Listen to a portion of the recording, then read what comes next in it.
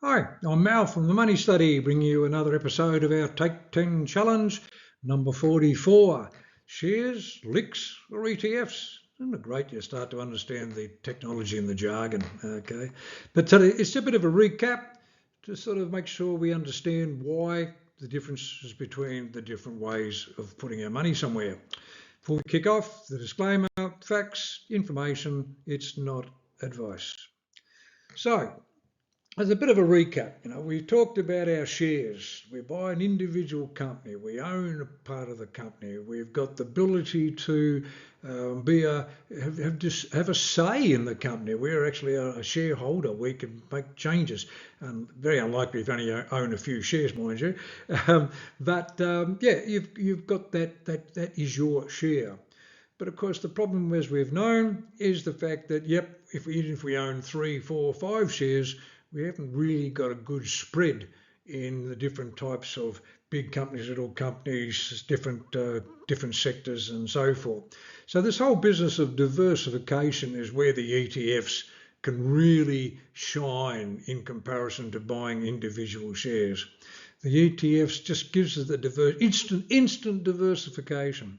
Instant, because we can actually have a fund, we buy it exactly the same way as we buy our shares, but all of a sudden we've already now got a whole group of different shares from different industries and so forth. So therefore, we've basically reduced our risk. So instead of having all our eggs in one company, it's a case now that we've got our money spread across a number of companies. So it would actually take, let's imagine you had an ETF 100, an Australian ASX 100 ETF. It would actually require the top 100 companies go completely broke for you to lose all your money. Every single top 100 companies, so that means that Commonwealth Bank and Rio and BHP and Coles and Telstra, every single one of them have gone completely and utterly belly up for you to lose all your money in an ETF. Now that's obviously, if that was the case, you wouldn't want your money anywhere, that's for sure. Whereas if you've got your money in 3 shares, just 3 different companies, you're taking a punt that they are the 3 best companies to put your money in. And of course, big companies can still go broke. And of course, which company did you buy? So we've reduced our risk literally by being able, the fact that we haven't put all our money just into one share. These things are run by professional managers. Now, I'm not saying that's a good thing or a bad thing. Some of the history of these professional managers and so forth.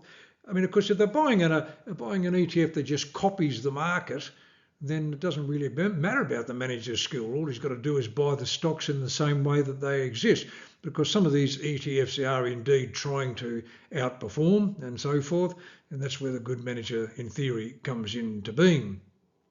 Generally speaking, cheaper than stocks in regard that because the transactions, because we can buy and sell a group of shares, whereas if you're trying to buy and sell individual shares, then we've got the situation of brokerage every time we want to sell even one individual share. So it can indeed be transactional wise, can be a little bit cheaper that way by running an ETF. When a company issues stocks, there's literally only the set number, that's it.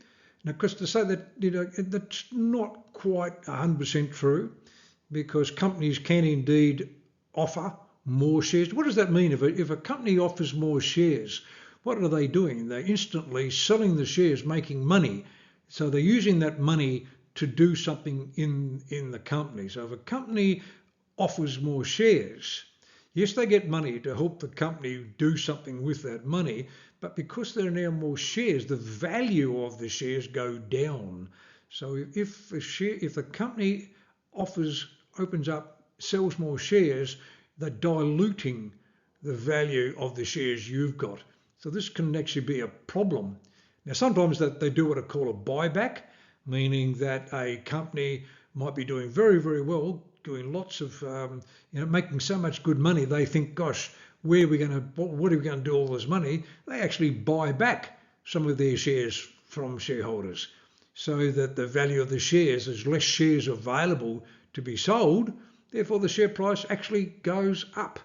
But generally speaking, they are pretty well fixed, whereas as we said before, ETFs can therefore they expand and contract.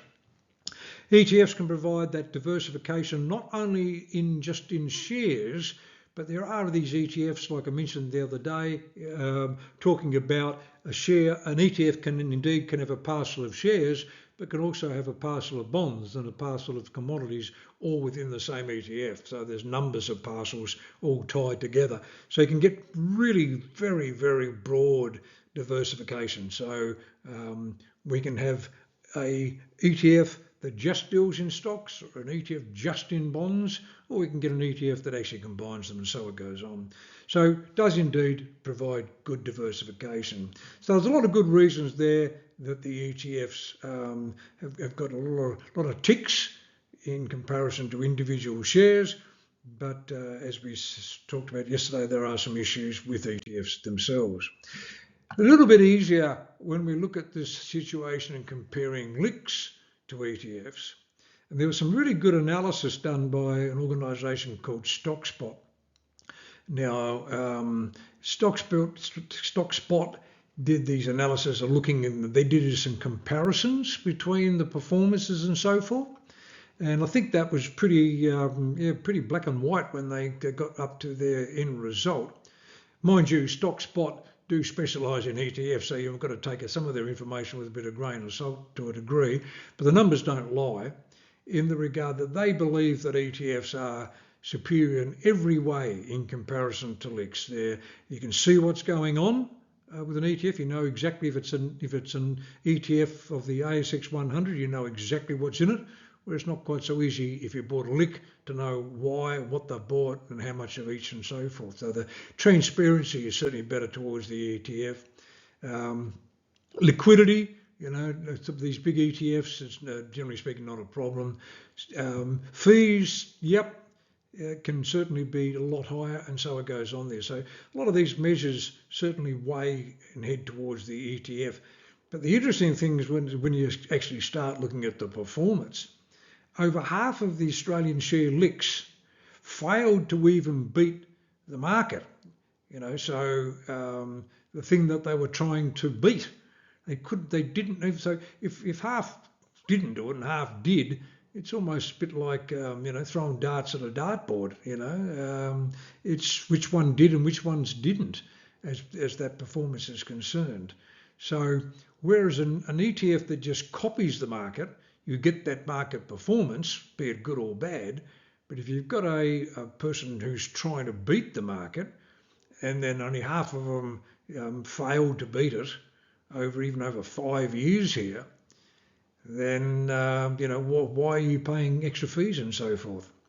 And I think this information, when I originally did this slide for another presentation, I think it was at least a couple of years ago, so it's probably 2022 or something like that. But it did say there that over 5 years, if you'd invested in ETFs 5 years ago, rather than one of those three big LICs, you would have actually had 12% better off.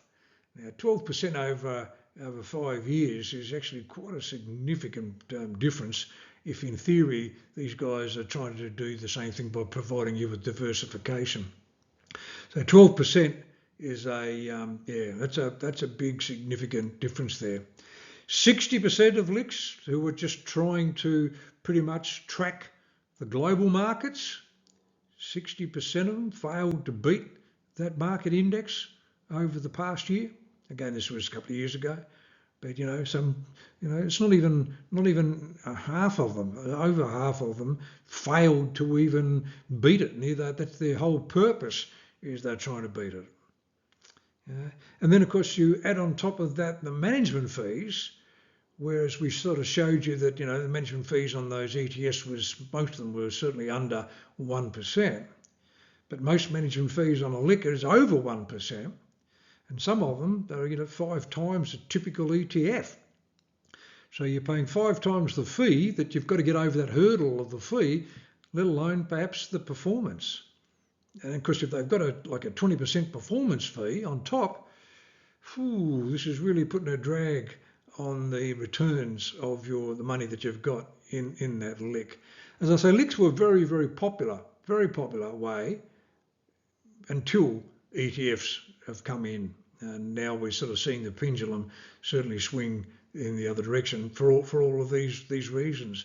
You see, this last dot point, LICs regularly trade at a discount to their asset value. What a mouthful that is. But what we're saying there is that the price of the LIC, the price of the share, when you buy that LIC as a share, as a price there, then the value of that share price is about 8% more than the value of the shares that it's actually holding.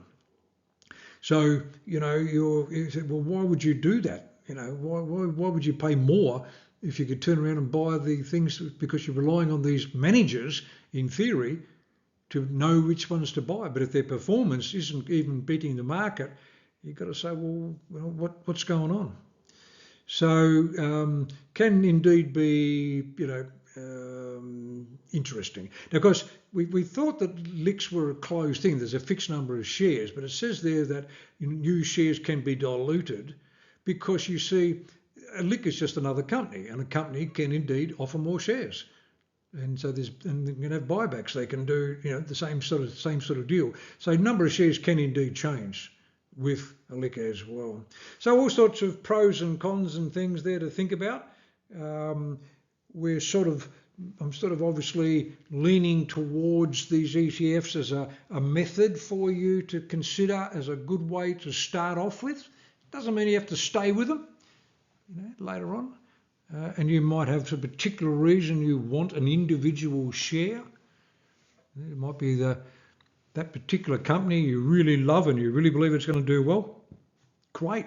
But of course you are taking a punt, quite frankly, on a company. And what are we really trying to do here? We're trying to make money with a lower amount of risk. It's always risk. It's not just reward, it's risk. Now, if you want to buy an individual company because you think it's going to do well, fine. I don't have a problem with that, and I've certainly done it, and I've been successful, and I've failed. You have these ideas of what's going to be the next best thing, and so it goes on. What I'm talking about here is a nice, easy way to get into some investments without a lot of stress, and we'll go through it, how to actually do this in future sessions. But the ETFs are certainly providing us with a starting point. But I'll go how we do it in future sessions there. Look forward to you joining me on those future sessions.